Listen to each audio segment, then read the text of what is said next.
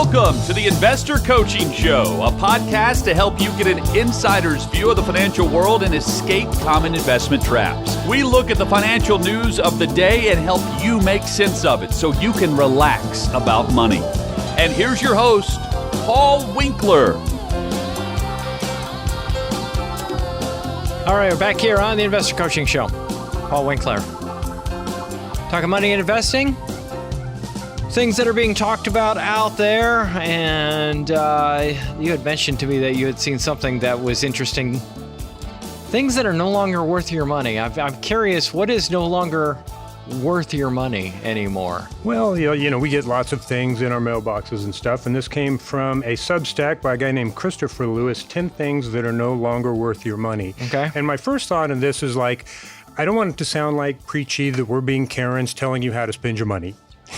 Because, I'm waving a little stick at you saying, don't you do this, take that $4 and put that into your IRA. Be prudent. Yeah. But that being said, there are lots of things that people can maybe reevaluate in terms of how they spend their money and things like that. And like, is this really a good use of it? Am I getting enough economic utility out of this to justify its expenses? And so with this list of things, according to the gentleman who wrote this, he did not think these things were worth your money. And so we'll throw a few of them out there and chat about them. All right, let's go. What's number Top one? one, I think this one is a good one just because I've given up this years ago. But it's something that I see my kids do still quite often. Fast food.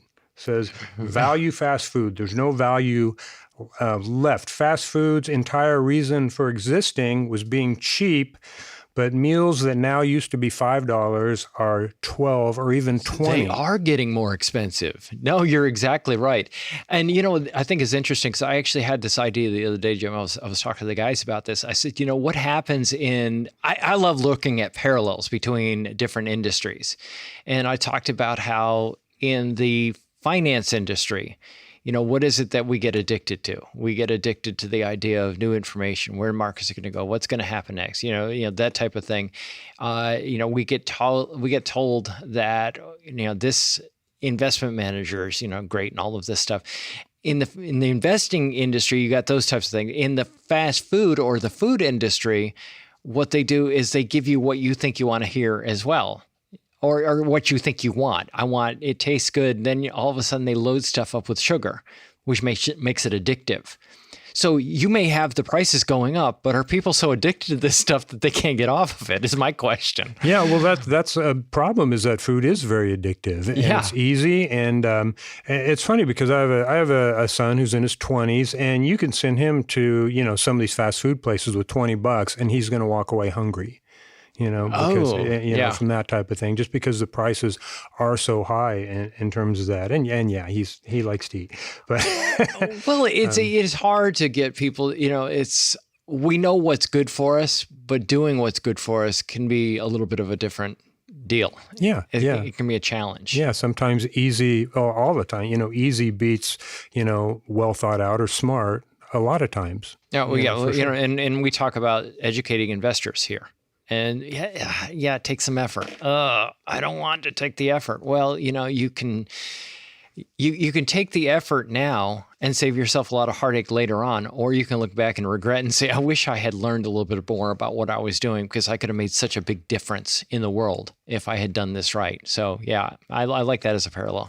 And I like this. This is kind of an extension of that, or at least a tangential extension. Sit down restaurants as a weekly habit. And I'll have clients come in and just say, we probably go out to eat too often, that type of thing. And that's why I'm coming back to I'm not telling you how to live your life, but I want you to think about, the impact that this can have on your spending and long-term financial well-being. Stats from the article: dinner for two, add drinks and 20% tip. You're at $100 before you've left the parking lot, and that's maybe estimating low for a lot of restaurants. Yeah, that's so true. That was one of those things that my wife and we never really got into because back when we were first married and we had no kids, we didn't have time. We had lots of time, but we didn't have any money to do it. So we never did that type of thing. We never got into the habit of doing that on a regular basis. And I look back and I go, wow, it's funny because people say, you never go out to eat? I can't even tell you the last time we did. We just never go ever. And I've had some people, younger people especially, and they'll come in and say, well, they do this. And I look at their budget, what they're spending money on. And I'm not a budgeter. You know me. I hate, getting down into that kind of gritty detail because that's just not me. I always save first. That's kind of the way I have always handled my finances. I save first. I spend what's left over. But one of the things I've found is that sometimes younger people, especially, older people too, they do it because it is a social type of thing, but it's a very expensive way to get social needs met. Well, yeah, and it's funny that you mentioned social, because what I was just jotting down in my notes was that type of behavior is so much pushed in a social media world. How many times have you been online and seen somebody post a picture of their dinner? Oh, yeah, that's funny. No, that is so true. And a lot of times what we're craving is that social. I was talking to a group. Yeah, I remember. I was actually teaching a class. I don't remember where I was doing this, and I talked about how different things are than what they used to be. And one of the points I made about younger people in general is that when we were young, we would just hang out with each other, and just do nothing. And we didn't have anything really going on, but the reality of it is we became very social as a result of it. You create your own entertainment. And that is kind of a lost art. I talked about how people don't go out to places anymore. They shoot messages back and forth to each other on their phones. And that social aspect, if they can go out, can get expensive if you're doing it always at restaurants. Some people, that's what they'll do. Just to finish the numbers on that. So if you have the $100 before you left the parking lot, do that twice a week. That's $800 a month, monthly leak. That's $10,000 a year. And that's when it kind of slaps you in the face.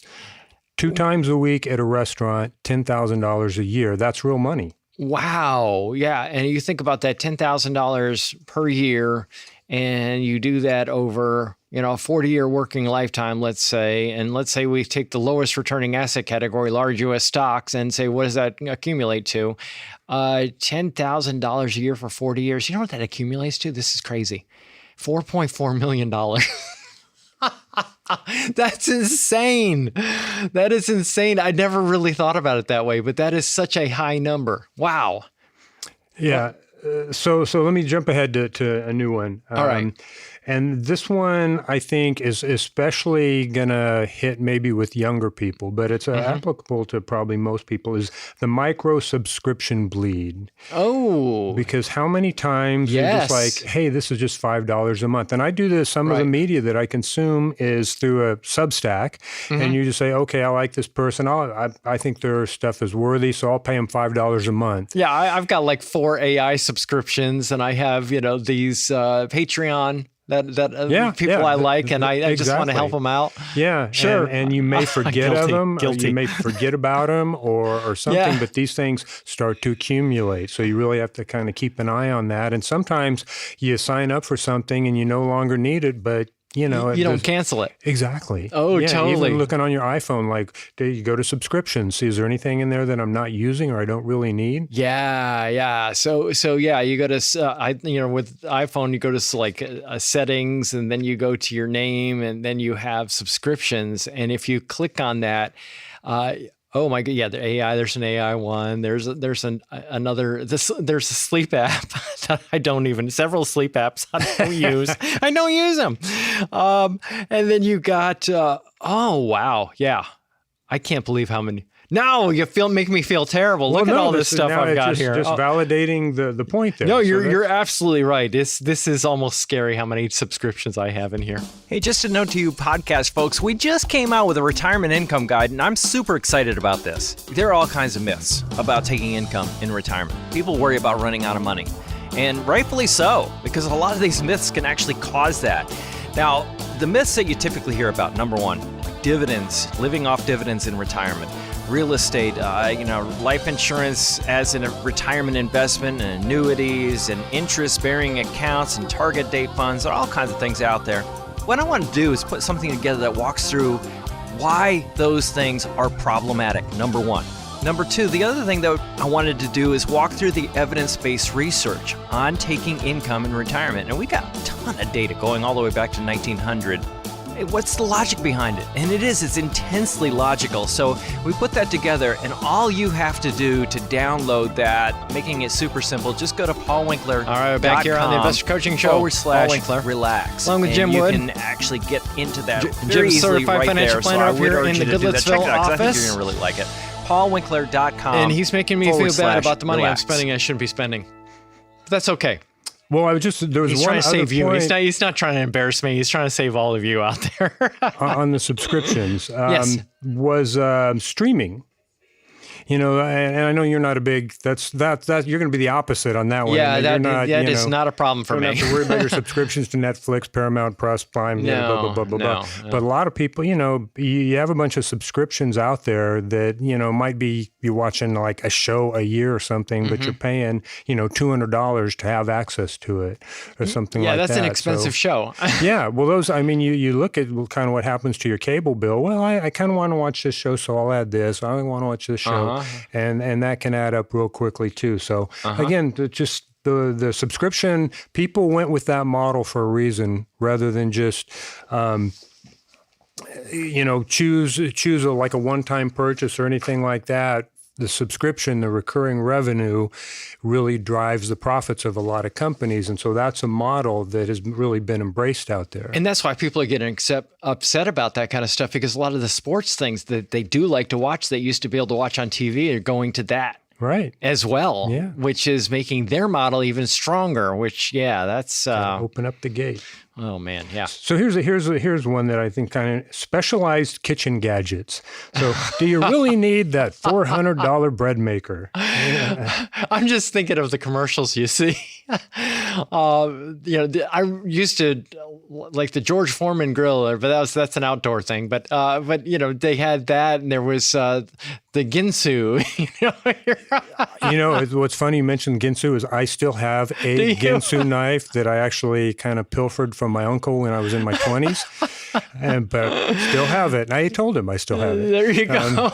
But there are things like there's such specialized. You can have the pasta maker, you can have the bread maker, you can have the special blender, the air fryer with the built-in screen, and they're all kind of cool. But we don't get all that stuff because my wife doesn't like all that stuff on the counter, which isn't a bad thing at all. But have I wanted to make this stuff more than once or twice in the last year, then maybe it's a good thing. But if no, you put it back. And there's one thing on here that is something I know that you have talked about probably more than a few times over the years, which is where was it? It was the car, a new car versus a used car. I had to look up while you were talking some of the things that they have. Automatic pan stirrer. This is an article about the stuff that you probably don't need. The avocado slicer was another one. Breakfast sandwich maker was another one they thought that you didn't really need. And this is a food chopper. There's probably a lot of stuff that people have. Bagel slicer. There you go. Yeah. Anyway. Never had the avocado slicer. Did have a bagel slicer at one point, but I was eating a lot of bagels at that time. But the car thing, the new car versus a used car. I know you mentioned this, like I said. That definitely, you drive a new car off the lot and you've lost a lot of money the second, it leaves the lot. That went, that gap really closed for a while. It did, because the cash for clunkers. And all of a sudden, a lot of these used cars went off of the market. And then since there was a lack of used cars increased in price, so there wasn't that big of a differential between brand new cars and used cars. So yeah, that's very true. Yeah, and that really hit home with it, because right about that time was when my kids were just starting to drive. They were 18, 16, and we needed a car, I remember, for my daughter. And so we're just like, well, how are we going to do this? We're looking for a decent used car, and just like, well, kind of a new car is really not that much more. So essentially, it's just like I got the new car and they got to use the car that I was driving. But you just could not find the bargains with the used car. Because I was always like, I want to buy the used car. I'll get something with 10,000 miles on it, save a bunch of money and I'm still going to get something out of the life of it. But then that really switched at that time. But I think it's coming back, isn't back. it? So so that's a good thing to know that it's actually coming back to this, starting to make more sense to buy our used car, something that somebody else has depreciated it and you're gotten the depreciation, and that works for them to have done that for you. And one thing on this list was debt-funded vacations. And to me, that's really kind of debt-funded almost anything. But vacations, for sure, it's back to the social media pressure, right? I have to show everybody, the pictures of me on the beach in Aruba and all those types of things. So I'm going to put, max out a couple of credit cards and then pay those off, at the bare minimum every month over the next 24 years at a high interest rate. And I'm more inclined, if debt is going to be used, typically I look at, is the asset being bought, is it typically an appreciating asset or a depreciating one? When we talk appreciating assets like homes, you can make a case that education, because you're investing in yourself and you're increasing your value. Depending maybe a on what you study. Yeah, totally depending on what you study. But, for sure, those types of things would make a whole lot more sense than going and investing in couches or vacations or cars or those types of things, and typically try to get to the point where you pay cash for those things. Yeah, put off the vacation for a year, save for it all year, go, don't pay the interest. Right. Pretty simple. And then you probably enjoy yourself more in the vacation because you're not thinking about how you're going to repay that. Right. For sure. Okay, let's see. What else is good on here? Just talking about, logos. Do I need the branded stuff, right? Do I need the tag or the label that tells everybody how cool I am because I wear the shirt with the swish on it versus the shirt without the swish? Oh, yeah. I need the swish. No. Well, that brings me back to my youth, because it was, as a kid, you couldn't afford Converse. And my father would say, you can't afford that. Can't afford that. We can't afford. It was funny. My dad said, you can't afford that. I can't afford that. And I just grew up going, well, we can't afford that. And, as I got older and I started, when I got into financial planning, and I would watch my dad every Saturday sitting there with a bunch of paper in front of him on the kitchen table. And you knew that you didn't bug him when he was in there doing his work. But what he was doing this whole time is planning, and his finances were in impeccable order. And he had plenty. And you know why he had plenty? Because he didn't necessarily fall for the idea that I had to have, I had to have the best shoes.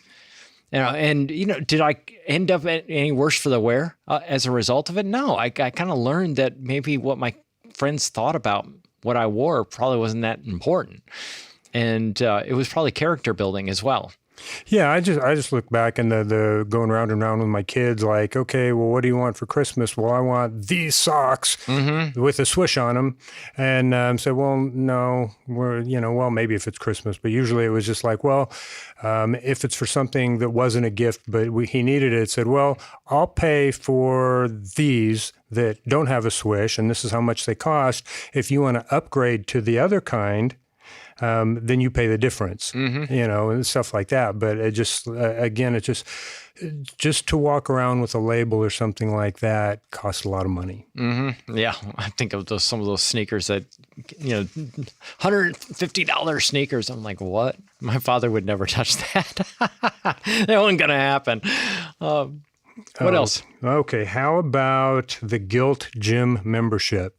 I'm going to get in shape. I'm going to get in shape this year. Starting January 1st, I'm going to get in shape. So I'm going to go and I'm going to sign up for that membership. And then not ever get out. And then it's like, okay, next week I'm going to go. Yeah, next month I'm going to go. I'm going to start. I went once, and then I got a headache and I didn't go the next time. And but eventually, and then you keep paying for it, thinking like, I'm going to go. What's interesting is I see something about, I think it was Tom Brady, doing all of his workouts with bands, the rubber bands, those types of things, because it was easier on the joints. And I thought, oh, that's kind of, there was a guy that used to do a radio show just before or after me. It may have been after me, or in the early days when I was doing this show. And he was an exercise guy. And it was fun having him back to back with me in the radio station, because he and I would talk. And he would talk about how, as we get older, don't work out so as to try to impress other people. work out because you feel better doing it. But he was a big advocate for using bands and those types of things because it was easier on the joints. And that didn't cost much of anything. Right. Yeah. And that 1 month of gym membership can buy you a lot of home gear. And I did that for a long time. It's just like I just work out at home with some dumbbells and things like that. And that's actually worked out pretty well. Do you still do it? Luckily where I live has a gym. Oh, okay. Okay. So you still work out. Oh, absolutely. Oh, okay. Well, a lot of people don't. And that's something that I do every day as well. So, but if it weren't at home, let me put it this way, I probably wouldn't do it all the time if it weren't that convenient for me either. So the next one, upgrading your Instagram ready home. It just buying Instagram? stuff. What's well, Instagram? It just means, so you can, again, you're buying the fanciest stuff so you can take a picture of it and show What's everybody Instagram? how cool you are. Oh, yeah. Is that what Instagram is? Is pictures basically, right? Yeah. Okay. All right. Yeah, what am I doing? I mean, I just see pictures. Isn't that pathetic? I don't know that. No, I don't know. Everybody's got their own stuff. I wouldn't call you pathetic. I think we are on Instagram. That's the funny thing, the business. And we're out there. We have, people put stuff out there on my behalf, but I don't have a clue. Yeah, I delete it off my phone just because it is addicting. And it's just like you start watching a video and like, here's movies, here's scenes from The Godfather. All of a sudden there's like 10 scenes in a row from The Godfather. Oh yeah, I want to see this one. I am going to admit that I do like YouTube. I do like that because for me, there's so much great information out there. Yeah, it can be used as a tool for good. I'm not going to tell you that I never get involved. Yeah, we can't go there. But essentially your home doesn't have to look like a magazine. It doesn't have to be something that you have to buy the best stuff and all that. It just has to work for you. Mm-hmm. It has to be comfortable. It has to be, and all this stuff is common sense and really just finishes it. Every dollar you spend on this type of stuff is a dollar stolen from your future self. And kind of what you talked about in terms of, okay, you save this much and it compounds. The compounding's amazing. So for me, the message again isn't, don't do this or don't do that. Don't enjoy the latte at Starbucks or anything like that.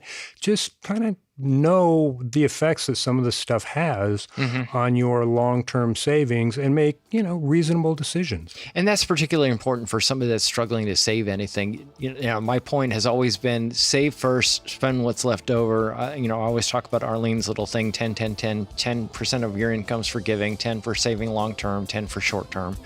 And if you're struggling with that, maybe these are areas you look at. These are areas you can look at to try to figure out how to get there because typically you can figure out a way to do it. It's just a matter of thinking a little bit about what you're spending on and whether it's really valuable to you. Hey, this is Paul Winkler. Hope you enjoyed today's edition of the Investor Coaching Show. If you want to learn more about what we do, go to our website, paulwinkler.com. Until next time, I'm Paul Winkler, reminding you that I believe that more educated investors are more confident investors, and confident investors are more successful investors. Have a great one. Advisory services offered through Paul Winkler, Inc., an SEC-registered investment advisor. The opinions voiced and information provided in this material are for general informational purposes only and not intended to provide specific advice or recommendations for any individual. To determine what investments are appropriate for you, please consult with a financial advisor. Paul Winkler, Inc. does not provide tax or legal advice. Please consult your tax or legal advisor regarding your particular situation.